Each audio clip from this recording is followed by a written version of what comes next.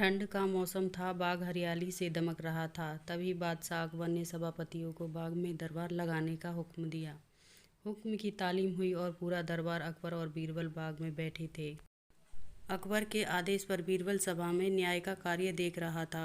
कई लोगों की न्याय याचिका सभा में पढ़ी गईं, जिनका बीरबल ने अपनी सूझबूझ से न्याय किया। लगभग सारी याचिकाएं पढ़ी गईं। न्याय के इस कार्य में कई घंटे बीत गए। थोड़ी देर बाद दरबार में एक व्यापारी आया। उसने चोरी की अर्जी लगाई थी। उसने कहा, एक बार वो दिल्ली गया था। वहाँ उसने सोने का कबूतर देखा। उसके पंख सोने के थे। उसने वो कबूतर पूरे 100 सोने के सिक्के देकर खरीदा था।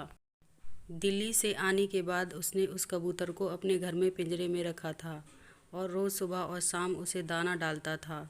रात्रि को उसने दाना डाला था, लेकिन अगले दिन उसने बाहर जाना था, इसलिए यह कार्य घर के नौकरों को सौंप दिया। जब वह वापस आया तो कबूतर पिंजरे में नहीं था। अब उसे नौकरों पर शक है कि उन्होंने मेरे कबूतर को मार दिया, पर उसके पास कोई सबूत नहीं है। व्यापारी के शक के आधार पर घर के नौकरों को दरबार में लाया गया। उसने कई सवाल पूछे, पर किसी ने कोई उत्तर नहीं दिया। समझना मुश्किल था कि कबूतर को किसने गायब किया। तब ही बीरबल उठा और नौकरों के चारों तरफ चक्कर लगाते हुए उसने जोर जोर से हंसना शुरू कर दिया। अकबर ने हंसने का कारण पूछा। तब बीरबल ने हंसी रोकते हुए बोला, महाराज, चोर तो हम सबके सामने ही है। उसने जब कबूतर को पकड़ा तो कबूतर के पंख उसकी पीठ पर कमीज के ऊपर चिपक गए, जिसे वो हटाना भूल गया और दरबार में आ गया। बीरबल की बात सुनकर एक नौकर घबराया और उसने अपने हाथों को अपनी पीठ पर फेरकर जानने का प्रयास किया कि क्या उसकी कमीज पर पंख है। ऐसा करते उसे बीरबल ने देख लिया और झट से उसे आगे कर चोर के रूप में दरबार में पेश किया। सबने उसकी कमीज देखी, जिस पर कोई पंख नहीं था। तब बीरबल ने कहा, उसने चोर को पकड़ने के लिए झूठ कहा था।